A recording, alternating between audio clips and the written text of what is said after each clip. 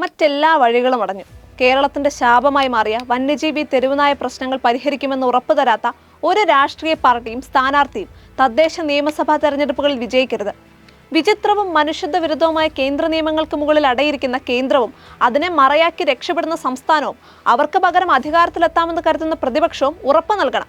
ജീവഭയമില്ലാതെ ജീവിക്കാൻ ജനങ്ങളെ സമ്മതിക്കുമെന്ന്. ഒരു പക്ഷിപ്പനിയോ പന്നിപ്പനിയോ വന്നാൽ സംശയത്തിന്റെ ആനുകൂല്യം പോലും കൊടുക്കാതെ ലക്ഷക്കണക്കിന് കോഴികളെയും താറാവുകളെയും പന്നികളെയും കൊന്നൊടുക്കുന്ന ഭരണ നിയമ സംവിധാനങ്ങൾ, ദരിദ്രരെയും ആദിവാസികളെയും നിർധന കർഷകരെയും കൊന്നൊടുക്കുന്ന വന്യ ക്ഷുദ്രജീവികളെയും തെരുവുനായ്ക്കളെയും തൊടുന്നില്ല.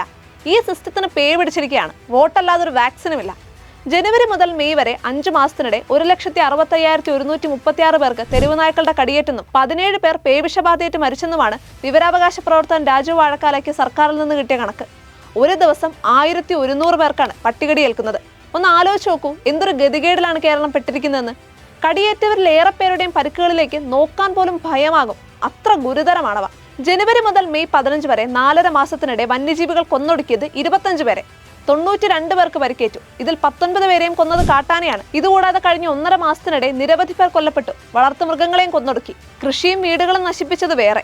അപകടത്തിൽപ്പെടുന്ന ഇരുചക്ര വാഹന യാത്രികരുടെ എണ്ണമേറി. വനാതിർത്തികളിൽ കൃഷിയിടങ്ങളിൽ ഇറങ്ങാൻ കർഷകർക്കും തൊഴിലാളികൾക്കും ഭയമാണ്. കുട്ടികളെ തനിച്ച് സ്കൂളിൽ വിടാനാകുന്നില്ല. വന്യജീവി ആക്രമണം തടയാൻ കോടിക്കണക്കിന് രൂപ വനം വകുപ്പ് പൊടിക്കുന്നുമുണ്ട്. നാട്ടുകാർക്ക് വന്യജീവികളെക്കാൾ ഭയമാണ് വനം വകുപ്പിന്. കാലഹരണപ്പെട്ട നിയമങ്ങൾക്ക് മുകളിൽ കേന്ദ്ര സർക്കാർ അടയിരിക്കുകയാണ് രണം വിരിയിക്കാൻ. വായാടുത്തമല്ലാതൊരു പരിഹാരവും സംസ്ഥാന സർക്കാരിനില്ല. വന്യജീവികളെയും തെരുവുനായ്ക്കളെയും നിയന്ത്രിക്കണമെന്ന് സർക്കാരിനോടോ ഇടപെടണമെന്ന് കോടതികളോടോ ഇപ്പോഴാരും ആവശ്യപ്പെടുന്നില്ല. ഒരു കാര്യവുമില്ല. മന്ത്രിസ്ഥാനമൊക്കെ പുനരധിവാസ സംവിധാനമായി അധപ്പതിച്ചു. പല വകുപ്പുകളിലും ഉദ്യോഗസ്ഥ ദുഷ്പ്രഭുത്വമായി. ABC പദ്ധതി ഉണ്ടെന്നും അനിയന്ത്രിതമായി പെരുകിയ തെരുവുനായ്ക്കളെ അടുത്ത കാലത്തൊന്നും നിയന്ത്രിക്കാനാവില്ലെന്നും നശിപ്പിക്കണമെന്നുമാണ് ഇന്ത്യൻ വെറ്ററിനറി അസോസിയേഷൻ കേരള ഘടകം വ്യക്തമാക്കുന്നത്. ABC എന്ന തട്ടിപ്പ് തുടങ്ങിയത് മുതലുള്ള 1/4 നൂറ്റാണ്ടിനിടെ രാജ്യത്ത് ആയിരക്കണക്കിന് സാധാരണക്കാരായ മനുഷ്യരെ തെരുവുനായ്ക്കൾ കാലാപുരിക്കയച്ചു.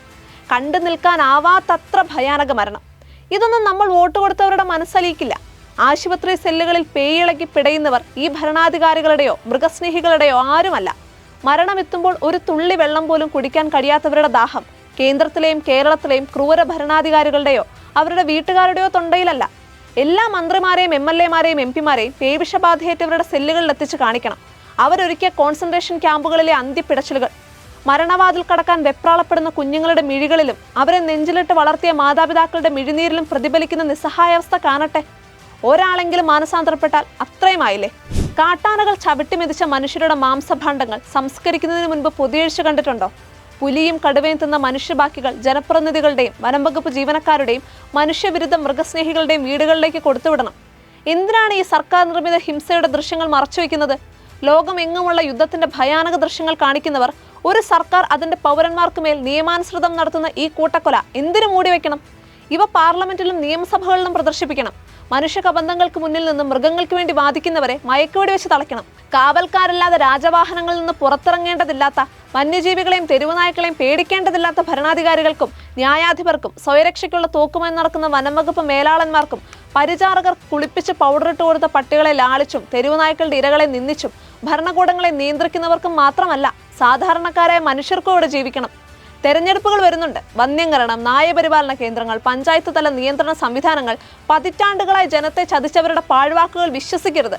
അഹിംസയിലൂന്നിയ ജനകീയ കോടതികൾ വോട്ട് ചോദിച്ചെത്തുന്നവരെ വിചാരണ ചെയ്യണം. പരിഷ്കൃത രാജ്യങ്ങളെ മാതൃകയാക്കി പെറ്റുപെരുകിയ വന്യജീവികളെയും തെരുവുനായ്ക്കളെയും കൊന്നു തന്നെ നിയന്ത്രിക്കാൻ ആവശ്യപ്പെടണം. വനം, വന്യജീവി, തെരുവുനായ സംരക്ഷണ പ്രാകൃത നിയമങ്ങൾ പൊളിച്ചെഴുതണം. പാർട്ടി നോക്കി വോട്ട് ചെയ്യുന്നവർ മാത്രമല്ല, ജനക്ഷേമം കാക്ഷിക്കുന്ന പാർട്ടി അടിമകൾ അല്ലാത്ത വോട്ടർമാരും ഉണ്ടെന്നും അവർ നിർണായക ശക്തിയാണെന്നും കൊടിത്തണലുകളിൽ അധികാരം നുണയുന്നവരെ ബോധ്യപ്പെടുത്തണം. വരുന്നുണ്ട് തെരഞ്ഞെടുപ്പുകൾ. അവർക്കും നമുക്കും ഓർമ്മകൾ ഉണ്ടായിരിക്കണം.